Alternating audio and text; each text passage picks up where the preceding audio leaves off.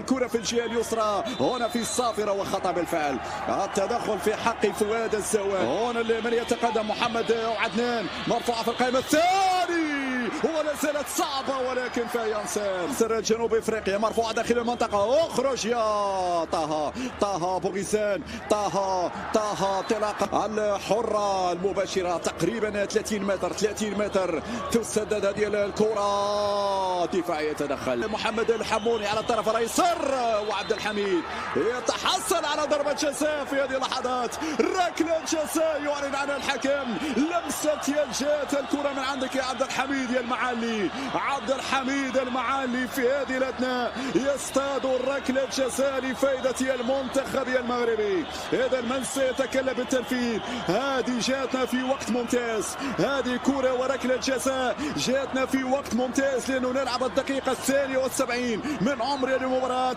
هنا الانسلام من عبد الحميد المعلي لاعب اتحاد طنجة. لمسة اليد موجودة والصافرة تحسم الركلة لفائدة أشبال الأطلس في فرصة للتقدم في نتيجة المباراة. هنا لعادة لمسة يد واضحة. هنا وليس يقع في المحظور في لمسة يد موجودة وفي ضربة جزاء نعم لفائدة المنتخب المغربي.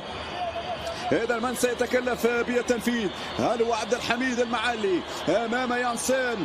إذا هل تكون كرة 1-0؟ هل تكون البدايات هنا للمنتخب المغربي بانتصار في بداية مشوار بطولة أقل من 17 سنة؟ عندك الآن يا عبد الحميد عيت بودلال. عبد الحميد عيت بودلال الآن في لحظة تركيز. الآن يتلقى الإشارة. الآن يتقدم.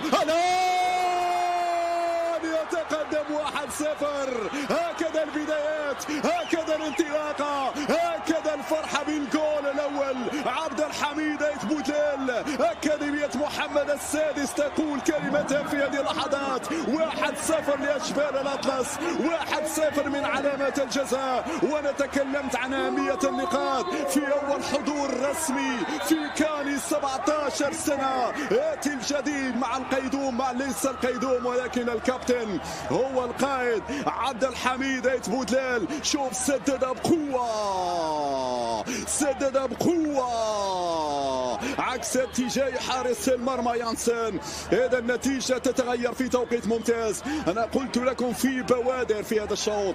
بوادر تحسن في الأداء ومع التغييرات اللي قام بها السعيد شيبة. ياتي التقدم. هنا ركلة جزاء تحسب هذه الركلة لعبد الحميد المعالي اللي اصطادها وعبد الحميد الآخر عيت بودلال. في الانطلاق محمد أمين كتيبة. محمد أمين يانسن يقع في المحظور وآدم حنين. البدلاء هم من يتألقون. البدلاء هم من يصنعون. البدلاء هم من يسجلون. آدم حنين استغل الأفواه والبدايات وأصل الحكاية كانت هنا من محمد أمين كتيبة. إذن 2-0. هكذا يقترب الانتصار لأشبال الأطلس في أول حضور رسمي في كأس إفريقيا لأقل من 17 سنة. إذن 2-0. آدم حنين البديل بحنية حتى الكرة في الشباك. هنا كان حنين فيها آدم حنين. برافو